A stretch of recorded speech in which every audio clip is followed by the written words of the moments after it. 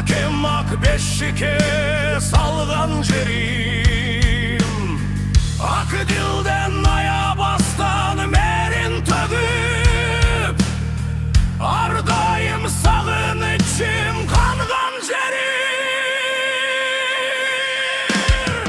Atam ekemik cerim, altın beşiğim, sağın içim tayın içim, açık eşiğim.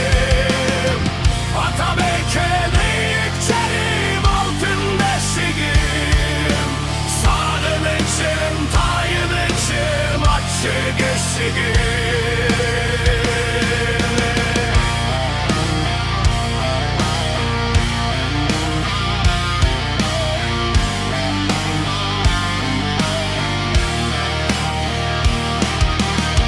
Atam eken bakıt kuşu kongon cerim, azan aytı batam atım koygon cerim.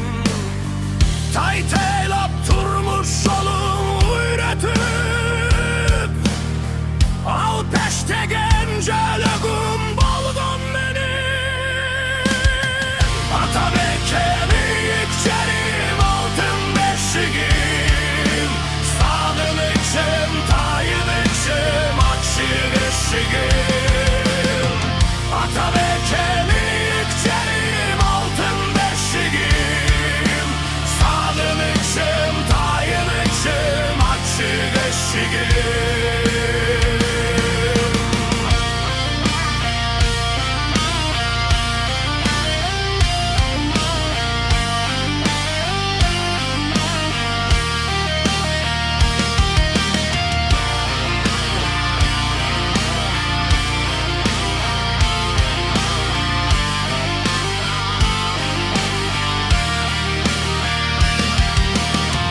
Atam eken alıstasın hazır özün,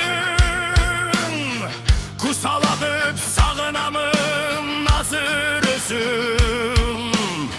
O su yattın var bir sözün,